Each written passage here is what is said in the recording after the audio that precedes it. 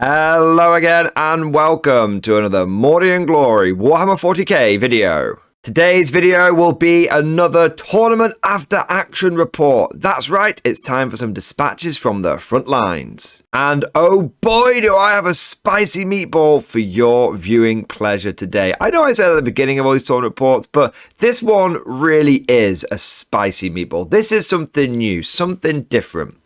Because this time, I did not take my Imperial Guard to a tournament, but I did take a meme list.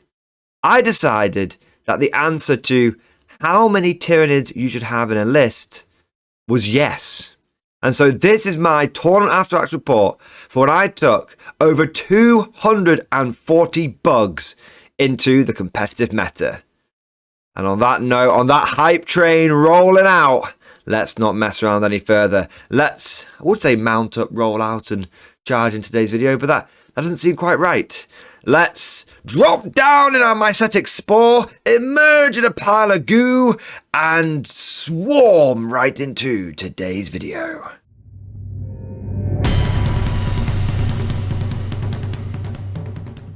As is tradition, I want to start off by saying a few thank yous. Firstly, I want to say a big thank you to Just Play Games for organising and hosting the event. Just Play is a wargaming store that's fairly local to me in Liverpool, and I go to a lot of their RTTs. They always run a really good event. The store is really clean and well organised, and the tournaments just run smoothly. It's like a well-oiled machine. They've got the system nailed down. So if you are looking for a good RTT to go to, I can strongly recommend Just Play. I also want to say a huge thank you to all of my opponents at this event. I was running a pretty wacky meme list, and every single one of my opponents that saw this list got a big smile on their face and just went, dude, that is crazy, that is awesome. And that's a great response to have, because sometimes when you run into these meme lists, it can be fun, but at the same time, like, oh, what the hell is this kind of thing? But no, everyone had the perfect attitude, and every single game was an absolute pleasure to play. And that was all down to my opponents, so a big thank you to them. But with all of that said, now let's get into the video proper, and we'll start off with a quick overview of the army list. As per usual, I have made a separate video going into the fine detail, the nitty gritty of this army, and I'll make sure there's a link to that down in the description below. But to give you a summary of the madness, I want bugs. I want lots of bugs. And I took a full-blown, unending swarm detachment. And if it could swarm, I took it. So my list in total was 2 Tervigons, because I figured if you're going to have a big swarm, you've got to have the mama bugs. And then I had 6 units of 20 Termagants, all with fleshbores. I did think about having things like Devourers in there, but all of my Termagants are modelled with fleshballs, or the vast majority of them. And also, I wanted the extra manoeuvrability. I kind of realised that having a few extra Devourer shots probably wasn't going to make a huge difference on my damage output, but having all of my fleshballs with Assault gives me more manoeuvrability, and that's really, really valuable. So I went for all fleshballs, didn't bother with any of the other upgrades like spike rifles or anything like that. And the reason for that is because I need to keep it simple. I'm rolling so many dice, I'm using so many models that I need to streamline things where possible. And again, a random Termagant special weapon here and there really isn't going to have the biggest impact on my game. So I left all of that home and just went for 20 fleshballs and did that 6 times. Supporting the Termagants, we had 6 times 20, so 120 in total, Hormagaunts. All just running forward and charging down the enemy. I love Hormagaunts. The more I use them, the more I think they are an incredible Tyranid unit. The ability to move 10 inches and advance and charge is wild. From a guard perspective, my infantry moving that fast and being a threat when they get there is pretty cool. It's just a lot of strength 3 attacks. I'm not worried again about the damage output. It's speed, it's violence, it's momentum. That's what we're going for with those Hormagaunts. And last but certainly not least, I had 2 units of Rippers. I had 2 units of 3 Rippers. These were kind of thrown in the list at the end. I was umming and ahhing about the list when I was submitting it. Should I go for a little cheeky squad of Gene Stealers? Should I go for maybe a squad of Gargoyles? And I decided that I just wanted something that was, again, simple. And going for 2 units of 3 Rippers meant that I had 2 units that could deep strike down and do objectives. Yes, there's probably more efficient use of those last 120 points, but my main thing that I needed to spend those last points on was doing objectives, and the Rippers were going to do that whether they were a 1-man thing or a 3-base thing. So in total, I had 248 models on the board. 120 Termagants, 120 Hormagaunts, 6 Ripper bases, and also 2 Termagants. Now, the general plan with this army was to dominate on the primary, just swarm forward. I was going to yeet the Hormagaunts in as the first wave, and then have, because they're much, much faster, and then by the time the enemy has chewed through all of those Hormagaunts, I am going to then have the Termagants just sitting on the objectives, being a bit of a nuisance. There's also loads of movement shenanigans in this army. All of the Termagants can advance and shoot. All of the Hormagaunts can advance and charge, and both of those units, both those types of units, can do the swarm move, where the surge move, where each time the enemy finishes shooting them, so let's say they take like a squad, like 5 Incessors, and like shoot them, after they finished, as long as like one model was destroyed, I can move d6 inches closer towards the nearest enemy unit.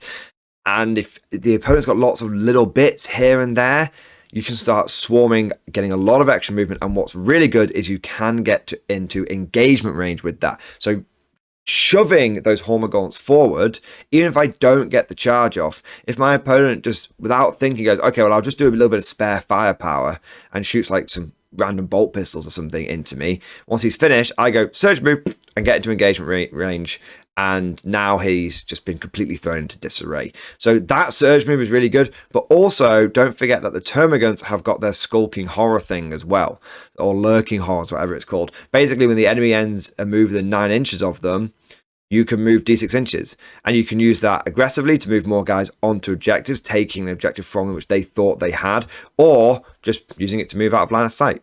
So there's loads of advancing and surging and lurking maneuvers happening, which lends this army a staggering amount of mobility, considering it's all just infantry. Well, that's the list and the plan, but now let's move on to the lay of the land. How competitive was this event? What was the terrain like?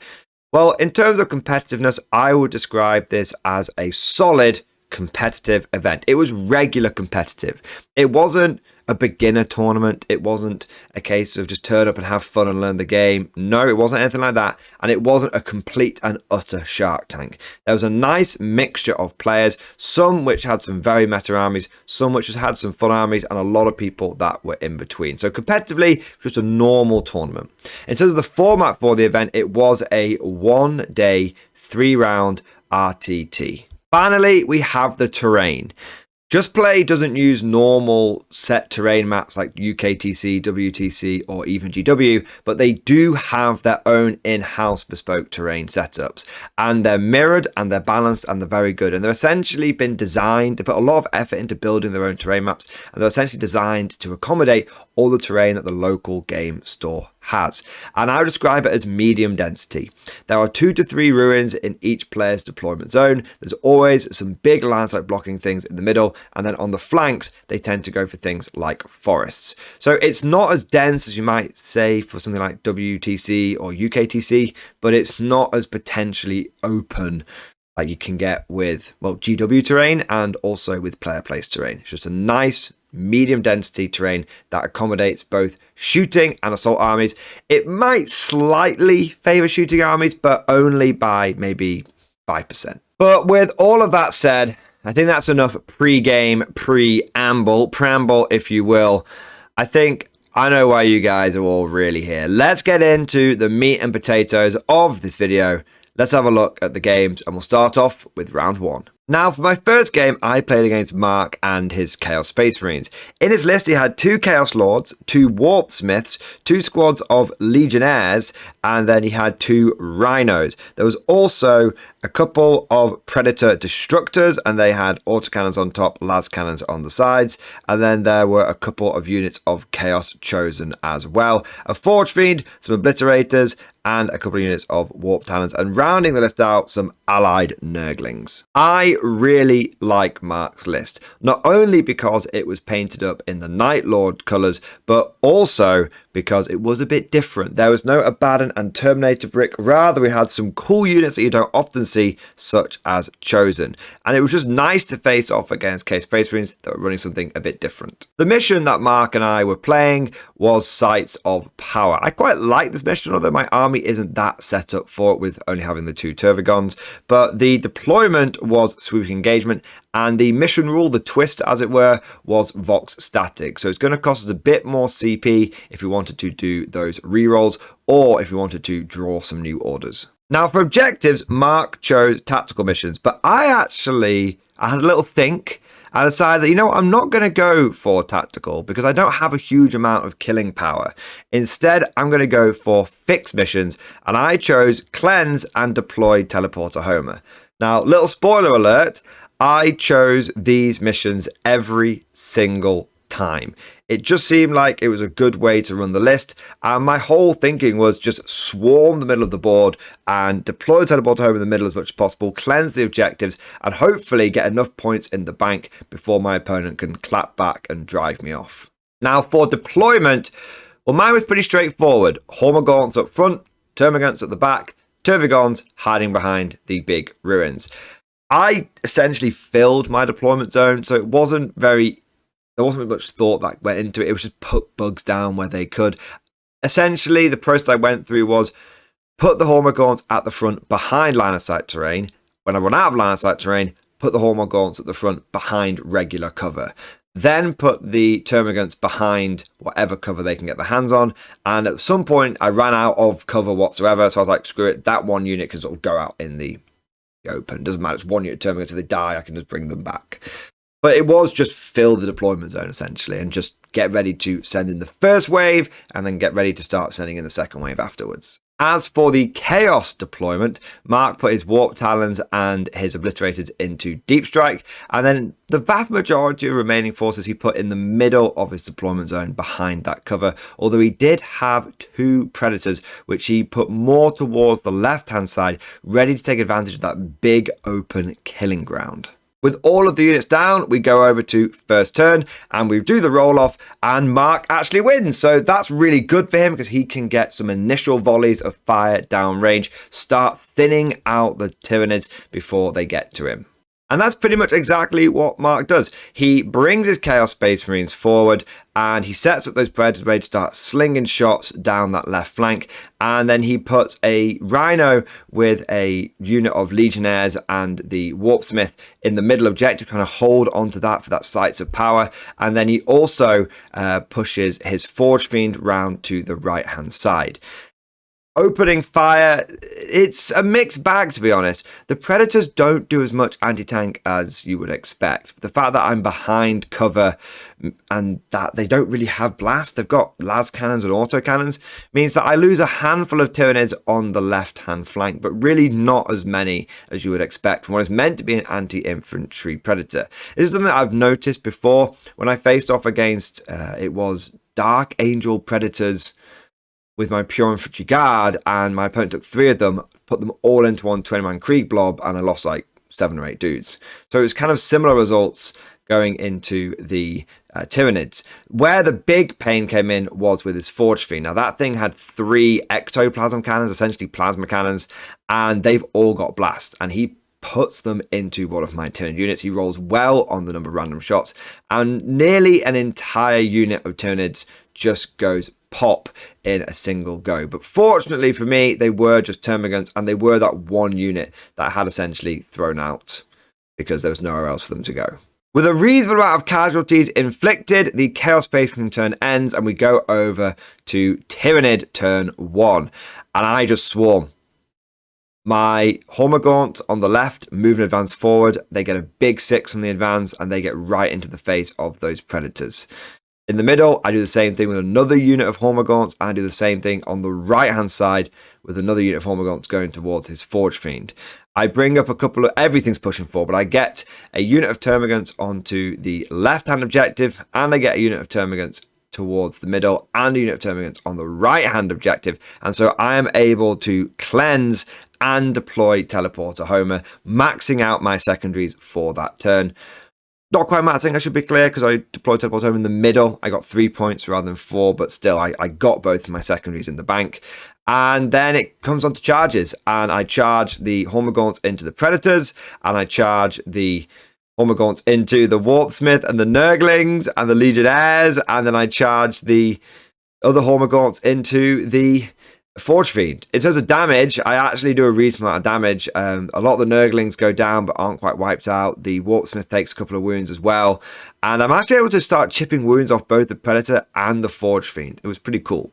But the big thing is I've really neutered a lot of firepower. That Forge Fiend has blast weapons, so now it's in a bit of a pickle. It's got sort of got to sit there trying to shoot out at -1 to hit with its blast guns, or it's going to fall back. The Predators, they can stay there, but they've shown it's going to take them ages to chew through those bugs. And the Warpsmith in the middle isn't looking like he's in a great spot either. But the real big issue for the Chaos Space Marines is going into their turn 2, they are only on one objective. They're one at the back, and it's worth 3 primary points. And the bugs are now sitting on 4 objectives. So they've got some clearing to do, but I've just piled so many bugs onto the objectives, and I've actually advanced beyond the objectives in many cases with my Hormagaunts. It's causing my opponent a lot of movement issues, because he wants to try and clear through and get to the objectives, but he can't because there's just a wall of Hormagaunts in his way. And even if he does get through the Hormagaunts, he's then got to get through the wall of Termagants behind as well. And what makes matters worse is the chaos scoring is really being dampened by some bad secondary draws as well, with such gems as Bring It Down and Assassination and Capture Enemy Outposts being drawn in the first 2 turns. Now my Termagants are just hidden, and I doubt that my opponent's going to get to my enemy outpost. So, yeah, it's a bit of a pisser for him. But they do start doing some damage. The Chaos respond by getting one of the chosen units out on the right-hand side and falling back the Forge Fiend. And then between shooting and charging, they are able to really, really clear out one of those Hormagaunt blobs on the right-hand side. I think there's like a couple of survivors, but not many. Not much worth writing home about at all. But in the middle and the left-hand side, it's not going as well. The unit of Legionnaires is trying to desperately fight its way through another unit of Hormagaunts, and it's being slowly whittled down. And in this turn in the middle, the Hormagaunts that are fighting the Warpsmith and the Nurglings bring down the Nurglings and get the Warpsmith down to 1 wound. And he's almost fully surrounded. He's not having a good time, to say the least. And over on the left-hand side, the Predators, they manage to do some damage, even with Dark Packs, but they're just not getting through the number of Hormagaunts that they need to, and so they stay locked in combat. Now, they are obviously still shooting and everything, but that -1 to hit is causing them a lot of issues. And the pressure just keeps piling on, because having failed to concisely and comprehensively deal with the first wave, still getting through the back half of it, the second wave turns up. And so now the Chaos Space Marines aren't having to clear 1 wave at a time, they're now clearing a wave and a half. This second wave consists of some more Hormagaunts, and also we get the first batches of Termagants in there as well. Now, I'm not expecting a huge amount of damage to be done by these units, but again, we're just clogging them up. And in fact, one of my Hormagaunt units really starts to penetrate deep into the enemy lines, and we're starting to threaten the backfield objective, the one thing that's getting my opponent his primary score. And what I end up doing is, between the move and advance on the first turn with this bunch of Hormagaunts, like making a beeline for the enemy primary, and the move and advance on the second turn, I'm actually really, really close. I go for an 8-inch charge, and I get it. This is a nightmare for the Chaos Space Marines, because now the Tyranids are on all 5 objectives. And to give you an idea of what's embroiled in combat right now, on the right-hand side, we have the Chosen and a Forge Fiend facing down another wave of bugs, termagants and hormagaunts. In the middle, we have the Warpsmith desperately fighting for his life against pretty much an entire brood of hormagaunts, whilst a unit of termagants are just pokeballing teleporter homers into the middle of the board. And then we also have another unit of legionnaires and a rhino, which have been pulled down, dragged down by a unit of hormagaunts. My opponent's home field objective, which was being protected by a Warpsmith and another unit of legionnaires, is now embroiled in a ferocious combat with a unit, big 20 bug strong unit of hormagaunts there, and there is a bunch of predators which are currently tied up in combat with the remnants of a hormagaunt brood, with more termagants coming up behind. Turn 3 for the heretical Space Marines, and they score a big fat 0 on primary, with all of their objectives, with every objective on the map now infested by small Tyranid organisms. They do draw behind enemy lines for one of their secondaries, which they are able to achieve thanks to a unit of Warp Talons, but really the grind goes on. On the right hand side, the Chosen and the Forge Fiend finally clear through the first unit of hormagaunts that have been swarming them, only to find themselves faced down by another unit and some termagants. In the middle, the Warpsmith does go down, and so do the final legionnaires, but they are able to reinforce their backfield objective, which is also being swarmed by hormagaunts, with the second unit of Chosen with the Chaos Lord leading them. So at least they get their home objective back into the fight. Over on the left-hand side, they do actually manage to clear the remaining hormagaunts from the first wave with the predators, and also the obliterators come down and inflict terrible damage, actually taking another unit of hormagaunts, the last unit that was about to come in for like a third blow, and just taking pretty much every single one of them out. But unfortunately for the heretics, it's just taken them too long. This is the bottom of their turn 3. And they've just finally cleared out that first wave. But the second wave is already there. They're already being swarmed by the second wave. And now the third wave is coming into play. The third wave being those units that I have been able to respawn thanks to the 2CP Tyranid reinforcement stratagem. And I bring in a unit of 20 hormagaunts. So it's turn 3 in my opponent's back corner. And I make the 9-inch charge onto his home objective, which has just been cleared by those Chosen. And so again, he just doesn't hold that objective. And then now I'm pushing on the remnants of wave 2 and the other remaining swarms of like termagants that were just a little bit slow, that had to be deployed a bit further back, pushing them onto the objective. I'm doing no damage to him. I'm clearing out maybe a couple of Warp Talons here, a couple of Legionnaires there, but that doesn't matter. My opponent has no shooting because it's all just being tied up. I take 20 termagants, just yeet them into the obliterators. My opponent does actually end up falling back and shooting and wiping those termagants out, but that was okay because that meant he wasn't shooting those units that were actual objectives with those obliterators. And so we get to the bottom of Tyranid turn 3. I have scored another big round of primary. I have scored another big round on Cleanse and deployed Teleporter Homer. My Rippers have been dropping down and have been getting good Teleporter Homer as well, maxing that out. And my opponent is just going into his turn 4 with 0 primary, and he draws his secondaries, and he gets engage in all fronts and defend stronghold, and he can't even defend his stronghold. So we do a quick turn 4, turn 5. My opponent is able to get engaged in all fronts pretty well in his turn 4, and he's able to claw back his stronghold on turn 3 and extend battle lines as well as getting a bit of primary at that point because he does start clearing the swarms out. So turn 5, actually, my opponent starts picking some points up, but unfortunately, it's too little too late. And for the Tyranids, I just continue to shove bodies onto objectives. I'm even shoving like the Tervigons forward because they're still decent OC, just put them onto objectives. And nothing can stop me deploying Teleporter Homers in the middle. Nothing can stop me from cleansing on both rounds. And so the end of the game, round 5, we see a very depleted Tyranid horde. Very depleted. But in terms of victory points, the Chaos Space Marines got 35.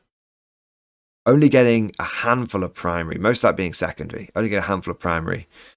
And the Tyranids got 87. Picking up 39 primary and picking up 38 on the secondaries, getting max for cleanse and dropping just 2 points on deployed teleporter Homer.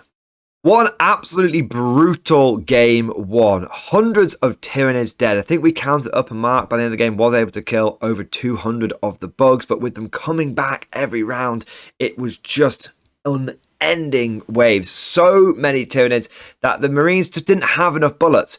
And I think this was a bad matchup for Mark. His army had a lot of high quality shooting, but not a lot of volume. It was geared up to be sort of anti-10th, but anti-meta, dealing with those more elite armies. But when a true swarm came along, I literally had more bodies than he had bullets. So with one win in the digestion pool, it was time to go into round 2. And I played against Chaos again, except for this time it wasn't against the normal Chaos Space Marines. I was going against the Sons of Magnus, the Thousand Sons.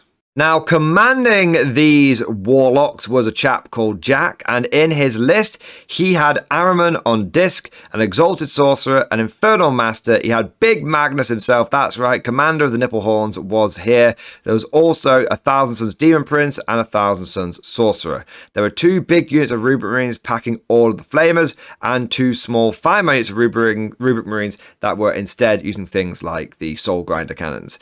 We had a single Rhino, a Mutileth Vortex Beast, and a unit of Zangor Enlightened. Now, the mission in round 2 was Purge the Foe. This is where you have to kill 1 unit or kill more units than the enemy, and you also have to hold 1 objective or hold more objectives than the enemy. Now, the killing side of things was going to be an issue. My list has basically no damage output, but I might be able to pick up a cheeky unit here and there. But the holding more hopefully will be where I can pull things back. For the twist, it was sweep and clear, which means you get sticky objectives, and the deployment was search and destroy for table quarters. Once again, I took my fixed objectives, cleanse and deploy teleport Homer, and Jack went for his tactical objectives. For deployment, same thing for me. Hormagorns up front, Termagants up back, having the big bugs hiding in the back, trying to do a bit of synapse, but mostly just being there to spawn more Termagants where possible and to come out onto objectives late game when my opponent's already a little bit spent. For my opponent's deployment, he had his Mutileth Vortex Beast and Demon Prince on the right-hand side, supporting a unit of Rubric Marines. In the middle, he had a big unit of Flamer Marines and Magnus, and then over towards the left, he had the Rubrics with Ahriman inside of a Rhino. We roll off for turn 1, and Jack does win the roll-off, meaning he is going to go first. This is a big issue for me because he actually has a lot of anti-infantry in his army with all of those flamers. In fact, he's lacking a little bit of anti-tank, I guess, outside of Magnus, but he's just got a lot of Bernie. And so I need to have every turn possible to get up close to him so that I can avoid just getting destroyed.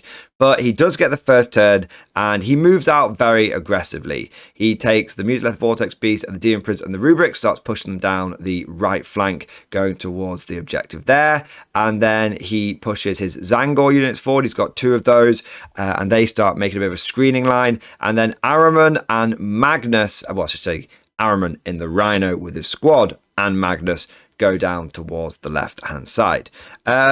We go over to the shooting and the Thousand Sons do really well. Magnus and the supporting units over on the left-hand side are able to pick up a unit of the Hormagaunts, and then the Mutileth Vortex Beast with its weapons, because it's got like blast and all this kind of stuff, is able to really thin out a second unit of Hormagaunts. Essentially, I lose 2 units of Hormagaunts in 1 turn.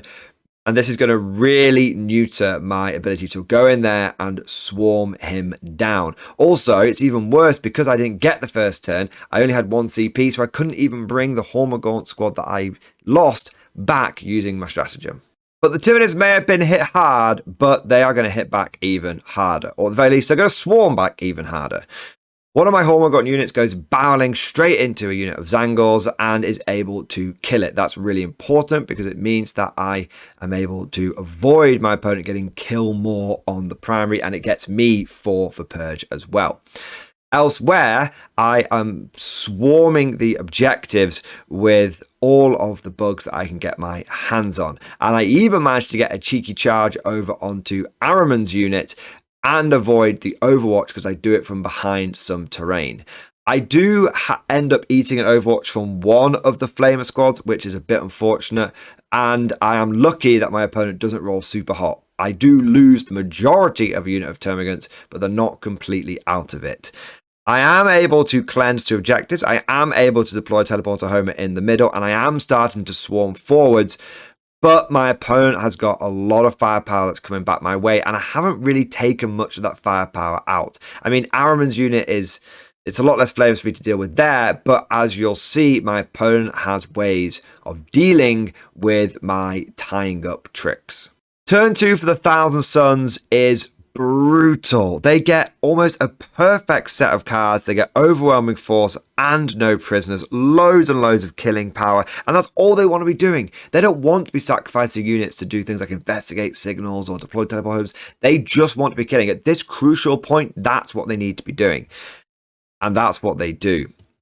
My opponent is able to finish off a number of shattered units from turn 1. And he's also able to kill a couple of my units that are on objectives. Worst comes to worst when I don't even end up tying him up in combat, because he uses his Doombolt ability, which is not a shooting attack, so it's not a surge, and you can target units that are in engagement range with it.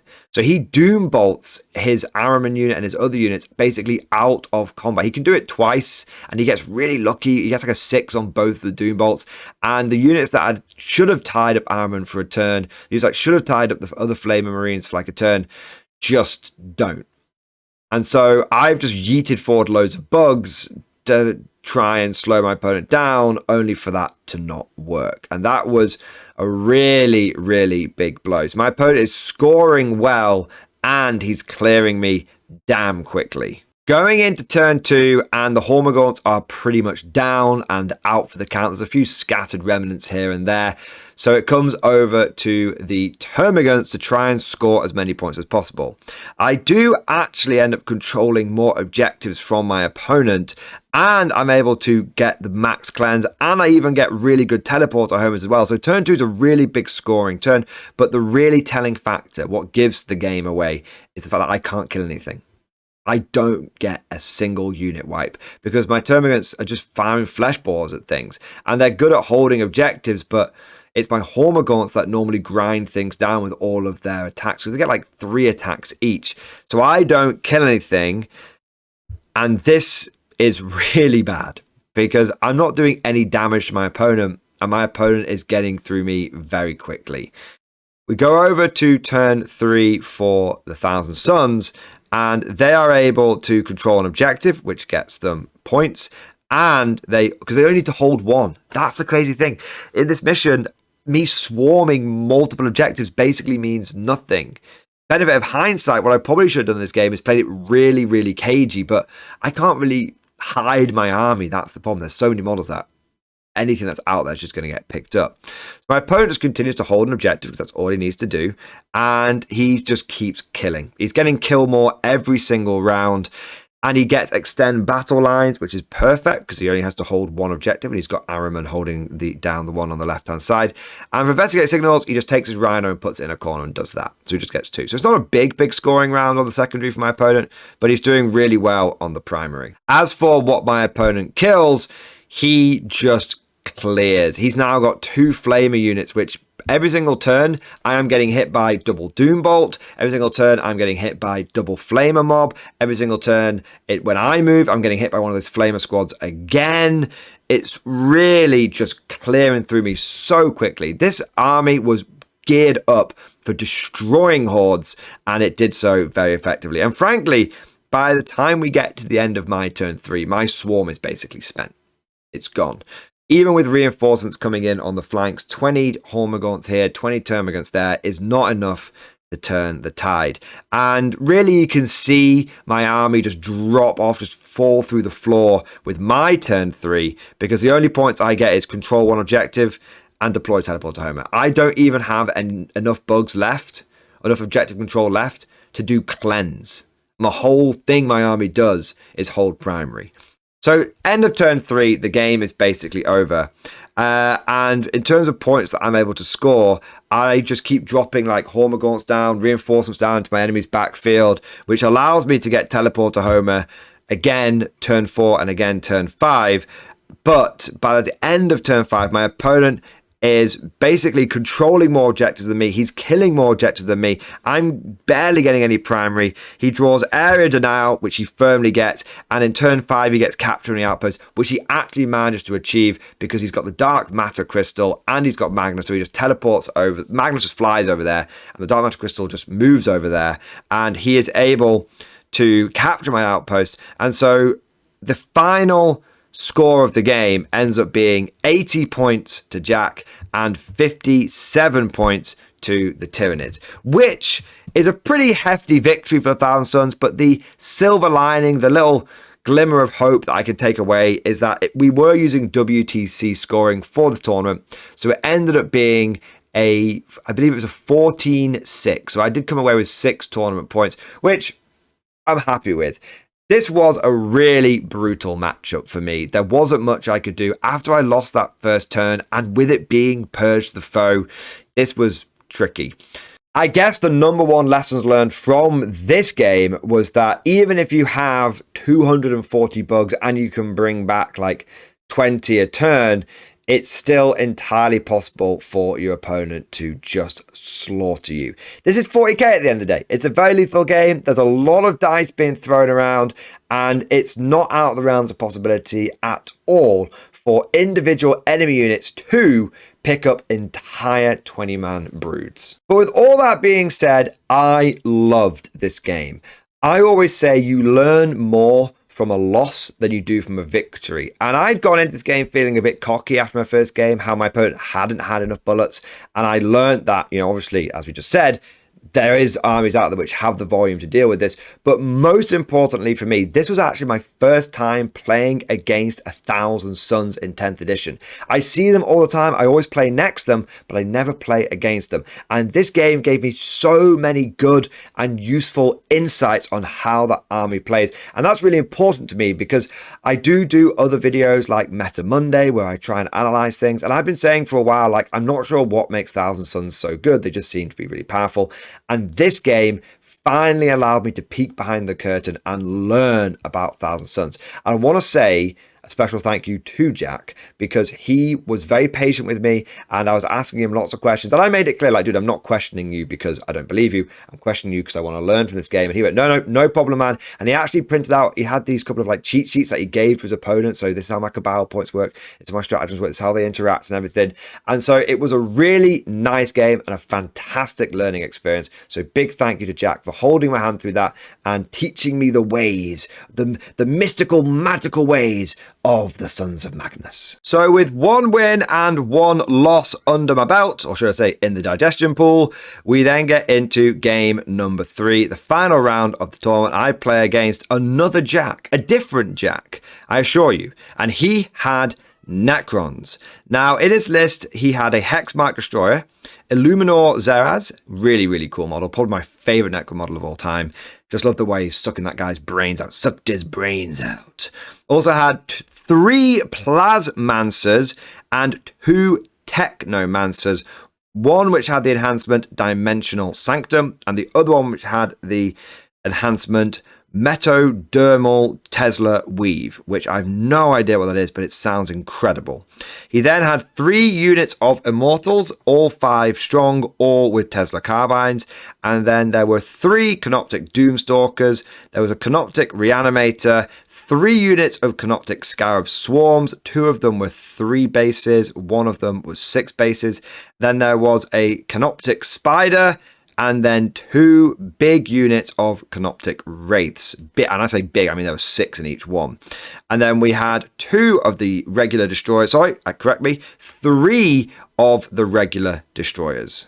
I have to say, I really like this list. It's nice to face Necrons which aren't chock full of Catan, And it's also nice to face something that isn't Hypercrypt Cult, because Jack was running the Canoptic Court, which is a really, really cool Necron attachment, which gives you lots and lots of rerolls. So even though there weren't any Catan in here, there were still 2 bricks of the Wraiths, which give it a lot of durability, and then a lot of firepower between the Destroyers and also the fact that you've got the Plasmancers with the Immortals. You've got lots of anti-infantry, and then there being 3 Doomstalkers gives it some fantastic anti-tank as well. Moving on, the mission for round 3 was supply drop. This is where the objectives disappear until there's just 1 left in the middle, and you only get points for holding objectives in no man's land as well. For the twist, the mission rule, it was Chilling Reign. There was nothing special about it. And to be honest, in the last couple of missions, the twist hadn't really done anything. And then the deployment was good old-fashioned Dawn of War. Have to say, really like this combination for the final round, because you get a bit tired towards the end of the day, so Dawn of War is always a nice comfy pair of slippers. Chilling Reign means you don't have to think about anything, and Supply Drop makes it engaging enough where it keeps you excited for the final game. For deployment, I took maximum advantage of all of the line of sight blocking ruins I had in my deployment zone. I put 2 units of Hormagaunts behind the ruin on the right, I had a unit of Hormagaunts behind the ruin in the middle, and then I had 2 units of Hormagaunts behind the ruins on the left. I also had 1 unit of Hormagaunts that were in cover but not out of line of sight, and then I had my Termagants just spread out wherever they could fit. I basically filled my deployment zone. But the big thing here was that the majority of my Hormagaunts were safe from any turn 1 shooting. My thinking behind this is that if I take casualties in the Termagant units, I can always respawn some back in with the Tervigons, and we'd seen last game what happens when my Hormagaunts get decimated early. The Necron deployment consisted of the Wraiths going in the middle, the unit that could infiltrate forward, and then there's another unit of Wraiths that went over on the right-hand side with a unit of Immortals. In the middle were the Doomstalkers, and then on the left-hand side, we had 2 units of Immortals, and we also had Seraz himself. We then roll off for the first turn, and once again, I fail. I lose the roll-off, and so I'm going second for 3 tournament games in a row. It's good to be home. Those that don't know, I nearly always go second at tournaments, and recently it's been a bit weird because I have been going first, but normality seems to have resumed itself. The machines have fixed the matrix, the Black Cat has walked past, and I am now back firmly going second every single game, or so it would seem. Now, turn 1 for the Necrons is actually a really quiet one, with the majority of their firepower being out of range or out of line of sight to see any meaningful targets. The only real things that happen is the unit of Wraiths that were in the deployment zone on the right hand side move out and start making waves towards the objective on the right hand side. That is going to be the objective that is left at the end of the game, and the one that's going to disappear on turn 4 is the objective in the middle where the other unit of Wraiths are. Now, Jack does and ah about taking that unit of Wraiths in the middle and pushing them forward and trying to get them in my deployment zone and threatening my home objective. But honestly, there's not really much point in doing that other than doing damage. And pushing the unit of Wraiths out, going after my home objective, essentially means that he's swapping an objective which is potentially worth points to an objective that is worth no points whatsoever. But on the other hand, if he doesn't push out, his turn 1 means he does basically no damage to the Tyranids, and there are a lot of Tyranids he has to get through. In the end, at the risk of losing the Wraiths to all of the bugs that are around them, because they don't do a lot of damage individually, but when you're the only unit that basically 240 Termagants and Hormagants can see, you're probably going to go down. And with the fact that he would be swapping an objective that's worth something for one that's worth nothing, Jack ends up just sitting still on the home objective and hoping that his Wraiths will be able to lock it down and use that choke point to their advantage. Going over to Tyranid turn 1, and I have no such hesitancy. I am ready to push forward and be aggressive. It's all gas, no brakes, baby. And so on the right hand side, I take a unit of Hormagaunts, I push them as far forward as I can, and I use them to cleanse that objective on the right hand flank. I take the next unit of Hormagaunts and I think about pushing them out as well, but I think that's just me exposing another 20, and they're not going to be charging the Wraiths anyway this turn because they had to deploy a little bit further back. So you know what I'll do? I'll just put them behind the wall. And so when the first unit of Hormagaunts go down, it just means that the second unit could go forward and I can do exactly the same thing on turn 2. And just for 2 turns, I know I'm going to have that objective locked down. And for 3 of Jack's turns, because it's going to be turn 2 for his scoring, turn 3 for his scoring, he shouldn't get any primary on that right-hand objective, which is good. I'm denying him points. Going over to the left-hand side, I push forward with a unit of Hormagaunts and I use the stratagem for the auto 600 advance. I go 16 inches forward and I am right in his face with an easy charge going into the destroyer that's over there, and I'll be able to pile in onto a unit of the Tesla Immortals. And I need to tie up those Tesla Immortals. They are the ones that are going to be clearing through bugs. They're the main source of my opponent's anti-infantry. So every single turn that I can tie them up is a big deal. And my opponent has no way of being able to fall back and shoot with those units. And in the middle, I take a unit of bugs and I just push them onto the middle objective, getting enough OC on there to deny my opponent having that middle objective. In terms of combats, there's just the one on the left-hand side. I go in. I don't kill the destroyer, unfortunately. It would have been nice to wipe it out, but I don't quite get it. It just heals up at the end of, or beginning of the Necron turn. But I do manage to tie up the Necron Immortals, which is really the main objective. If I had killed that destroyer, which only had like 3 wounds and it lost 1 to some flesh borer shots, if I had killed that destroyer, if I'd done 1 more wound to it, then I would have been able to pile into both units of Immortals. But you don't get everything that you want, and at the end of the day, I've still tied up a destroyer. I've still tied up 1 unit of Immortals. I have to take what I can get. Turn 2 for the Robots of Death, and they prepare to unleash their lightning ferocity, their Tesla weaponry onto my unending swarm. Now, they don't get any primary because I'm on all the middle objectives, but they do draw overwhelming force as one of their secondaries, which is really good for them because I'm on all the objectives. Over on the left-hand side, the Immortals and the Destroyer fall back from combat with the Hormagaunts, but then my opponent makes a slight mistake. He shoots something into them. I can't remember what it is, but it's some mildly damaging firepower, but not enough to wipe the unit out. And then they surge move and they get back into contact with the Destroyer. I can't quite make it into the Immortals just because of the way the terrain is, but I get back into contact with the Destroyer, which means he now can't finish that unit off with his Tesla Immortals. So even though that unit of Hormagaunts isn't going to do a huge amount, there's only about sort of 10 of them left by the end of the turn, it means that he hasn't cleared that first wave effectively. And we saw how potentially annoying and big that was in game number 1. Over on the right-hand side, my opponent makes the mistake of shooting the Wraiths into the Hormagaunts first, killing a few of them, and then they surge into combat with the Wraiths. So now he can't clear those either with the Immortals that he brought out to do the job. So the surge move really messes with my opponent, and he keeps going, oh, I should have shot the Immortals first because the Wraiths got pistols, but that's the whole point of this army. If you shoot it, it's going to come towards you. And so he ends up having to kill those Hormagaunts. And he does manage to wipe them out, but he does it in combat with the Wraiths. And because he does it in combat with the Wraiths, when I surge into him, and because I got a big surge, I was able to like base to base all the Wraiths. They couldn't move forward. Because you can only move forward in your pile in and your consolidate if either there's a fresh combat for you to get into or if you're not already in base to base. So at the start of the combat when he piled in, he was already in base to base, so he didn't need to. And then because at the end of the combat, he'd wiped everyone out, there was no other units nearby, and he was already on the objective, he couldn't move any further forward.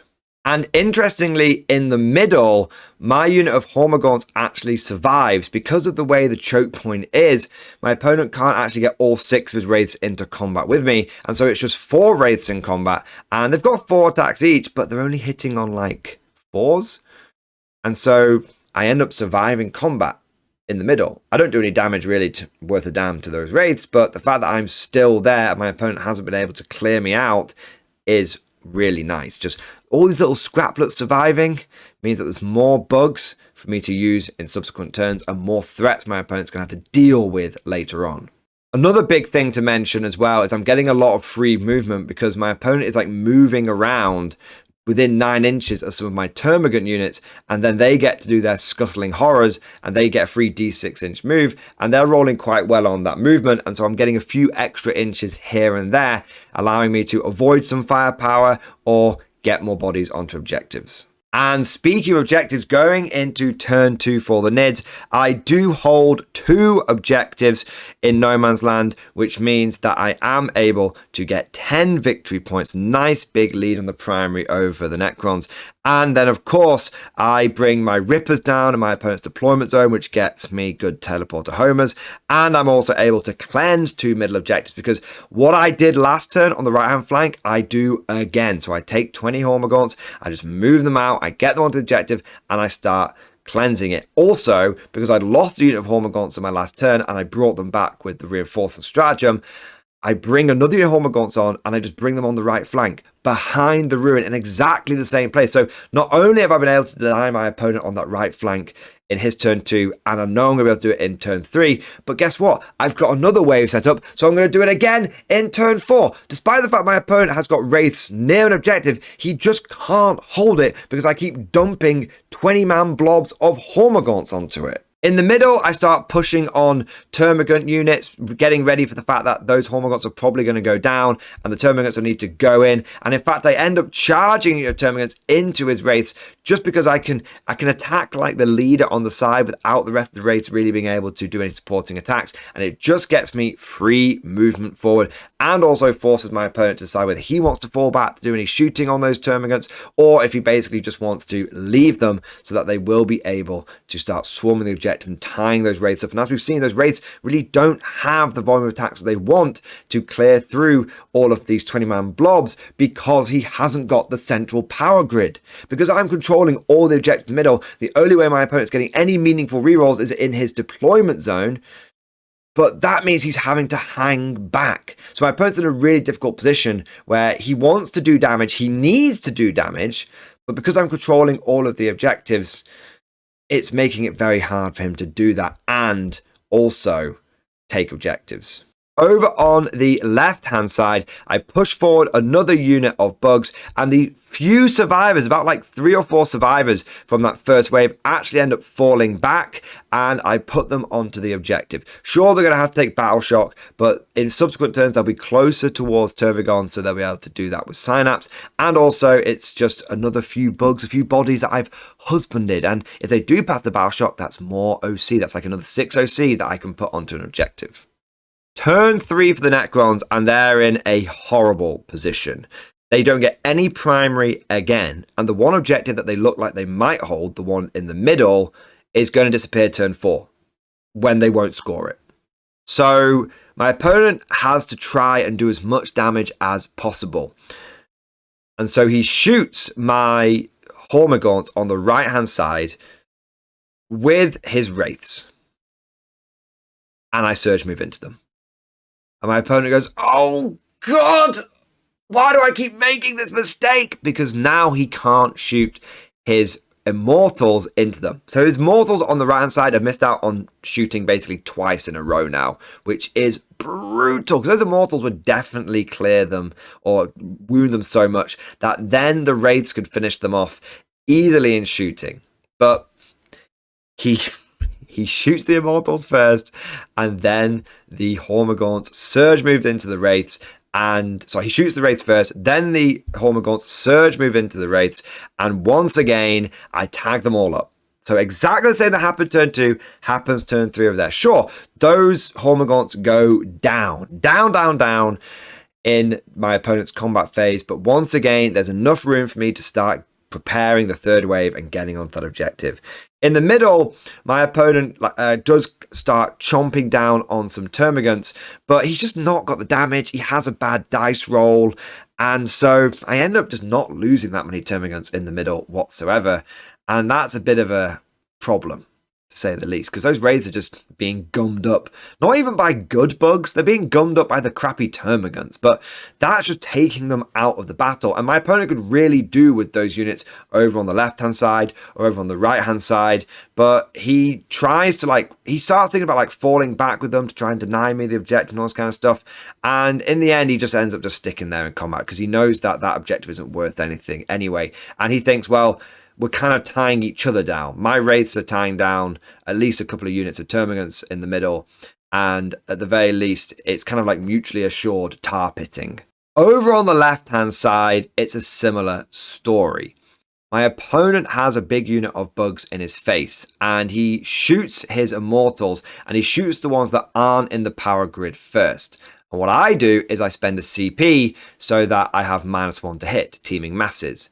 And so he rolls a shot, he kills a few from the swarm, and then I get a surge move and I get the big 6. And that allows me to surge, surge into combat with the immortals, and also I'll be able to pile in at the start of the fight phase and get the second unit of immortals as well, which means that they're both going to be tied up next turn. Now, I don't manage to get into combat with them, get into engagement with them in my opponent's shooting phase, so that other unit of immortals does start blasting away and clearing loads of bugs, but it means that turn 4 they are going to be in a bad situation. However, it isn't all doom and gloom for the Necrons. They did actually draw investigate signals and extend battle lines this turn, and they were able to do that, investigating 2 signals as well as extending battle lines, because those wraiths did clear that objective on the right hand side by the end of the turn. Turn 3 for the Tyranids, and things are looking good, but the Hormagaunts are almost all gone. The only unit with any meaningful numbers in it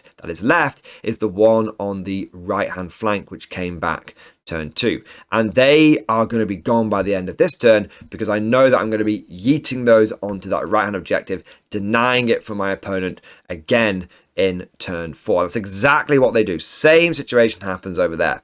I also realised that my opponent is going to try and push me off the objective on the left-hand side, because that's going to be worth a lot if I am able to hold it in turn 4, because that is one of the objectives that is going to be, that's not the objective that disappears in the middle of turn 4, that's the one that's worth more if you score it in turn 4.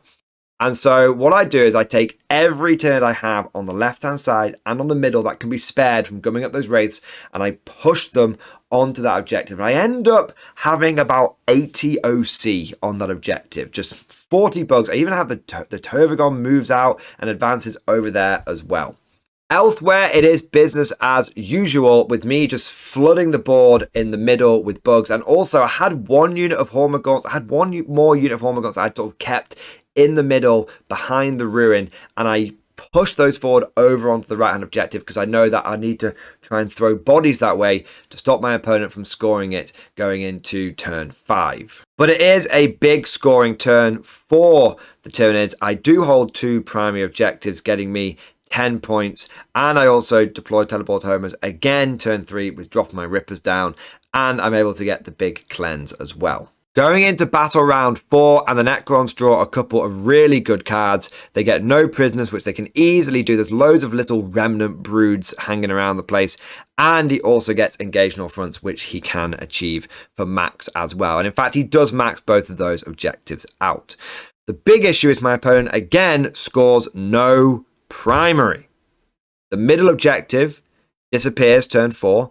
And he doesn't have the objective on the right-hand side because my Hormagaunts are there, and he doesn't have the objective on the left-hand side because I've got about 80 OC on that one. In fact, the only thing my opponent can do to try and equal the primary situation is clear that left-hand objective. And he has got 40 bugs, and he's got a Tervagon to try and get through.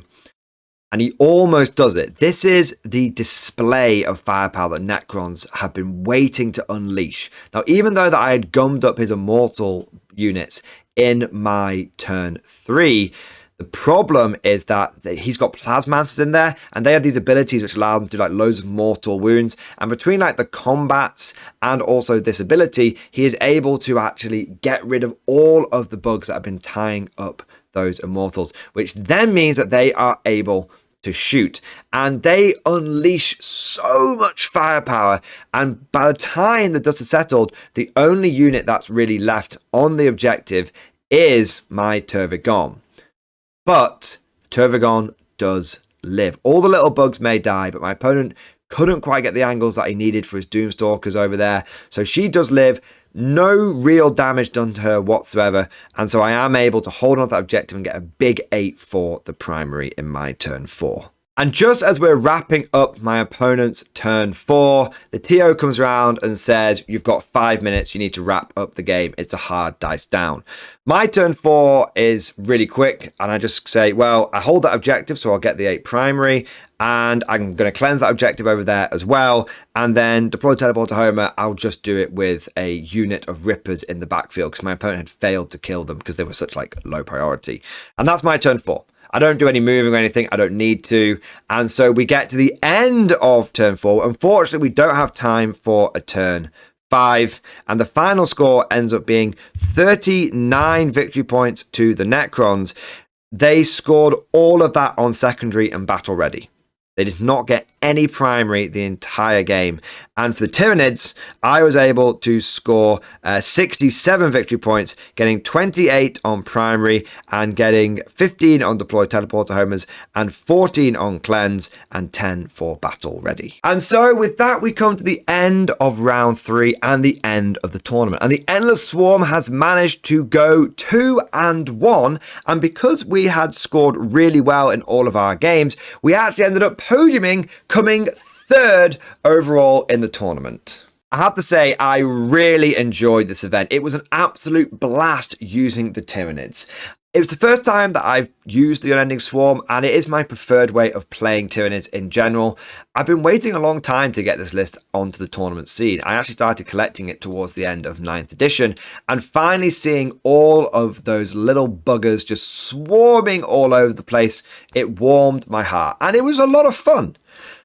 I don't do a lot of damage, but at the end of the day, I am super, super fast. And it felt like I was kind of playing my pure infantry guard, except for I swapped out all of my shooting for being good in the movement phase. And my God, is this thing good at moving. Between the Termagants being able to advance and shoot, the Hormagaunts being able to advance and charge, between all of the surge moves and then the Tyranid Termagants getting the scuttles as well, I was constantly moving everywhere. And I think this list is kind of an extreme example of movement wins games.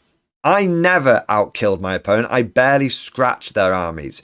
But just by being able to dominate the board, being able to be on all of the objectives, being able to get there quickly and lock them down with loads of bodies. And the first wave advancing past, the second wave moving on, meant that in every single game, I had primary domination. But it was often just came down to how quickly my opponent could clear through me. And I think if you were to play against this list, the number one lesson to take away is you've got to be aggressive. My game 1 opponent and my game 3 opponent were a little bit intimidated by the swarm, I think. And it meant that they didn't move out and start clearing it early on. And bear in mind, there's only 5 turns in the game. If you give up one of those turns to just essentially wait for the swarm to come to you, the problem you're going to have is you've just given up 20% of the time that you need to clear it. And I kind of noticed that if my opponent had done a good job of just burning or destroying the broods, and I was quite thinned out by turn 2, then I lost the game. But if by turn 3, and end of turn 2, going into turn 3, my opponent hadn't managed to push the broods back, hadn't managed to hold the swarm at bay, and by the end of turn 3, I was still on those primaries, I had the game in the bank. So if you are facing this, you need to clear it fast and you need to clear it hard. Well, at least that's what I think. But of course, all of this is just like my opinion, man. Let me know what you think down in the comments section. Did you like seeing this many bugs on the battlefield? Do you want me to make the swarm even bigger? I can drop the Tervigons and I can fit in Gene Stealers instead. And I could also go for Neurogants. The swarm can be bigger. Let me know if you want to see the Nids swarming again. Or are there any other kind of horde armies you want to see me take to tournaments? I do have a shed load of orcs and Green Tide is on the horizon with the new Orc Codex. Don't forget, if you did enjoy this video, to smash that like button. I know it's a bit cringe asking for likes, but it really does boost the video. It's a massive help. The YouTube algorithm goes nuts for likes. So if you can press it, that is a big help. And I want to say a big thank you to you. Also, if you want to never miss an episode, then make sure you click the subscribe button.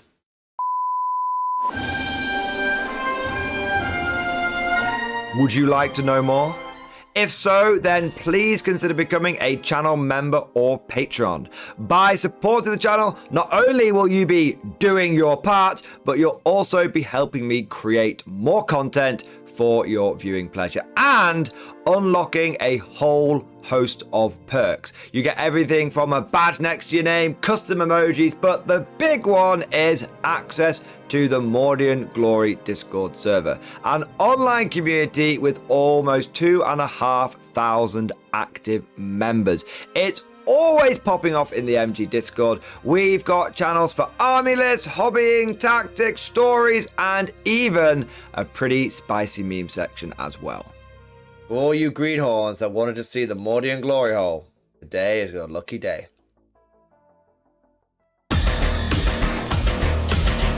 And joking aside, I do want to say a massive thank you to all of the current channel members and patrons. You guys are amazing, truly the lifeblood of the channel. I could not do Mordian Glory full time without the incredible and generous support of my members, so thank you guys so much.